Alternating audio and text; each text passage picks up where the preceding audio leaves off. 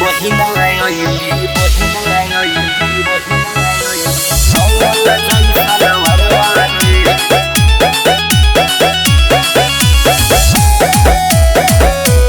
OLA जंगल वरवानी आगे से रंगवा डालब हम पीछे से डली हसो यारवा रे पीछे से डली हसो यारवा रे आगे से रंगवा डालब हम पीछे से डली हसो यारवा रे होली में भौजी के बहिना आइली रंगल जाई सालवारवा रे होली में भौजी के बहिना आइली रंगल जाई सालवारवा रे नया डिजाइन के पहनले बाड़ी नए नए कपड़वा रे होली में भौजी के बहिना आइली रंगल जाई सालवारवा रे होली में भौजी के बहिना आइली रंगल जाई सालवारवा रे होली में भौजी के बहिना आइली रंगल जाई सालवारवा रे एक ओरिया लाल भाई दूजे ओरी पीला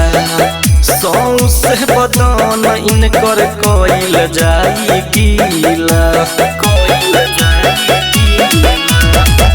एक ओरिया लाल भाई दूजे ओरिया पीला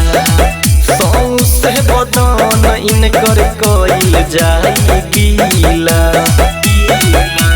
भागे न दिहल जाई इनके चाहे हो जाई लफड़वा रे होली में भौजी के बहिना आइली रंग सो भाई सालवारवा रे होली में भौजी के बहिना आइली रंगल जाई सालवारवा रे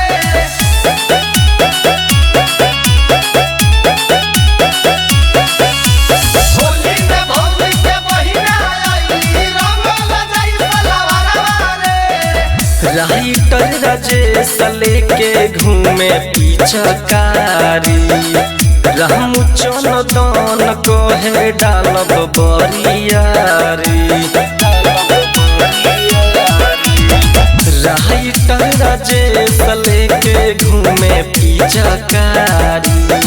रामू चंदन कहे डालब बरियारी असो होली में बनवले बिया रवि के अपन भरवा रे होली में भौजी के बहिना आइली रंग सो भाई सालवारवा रे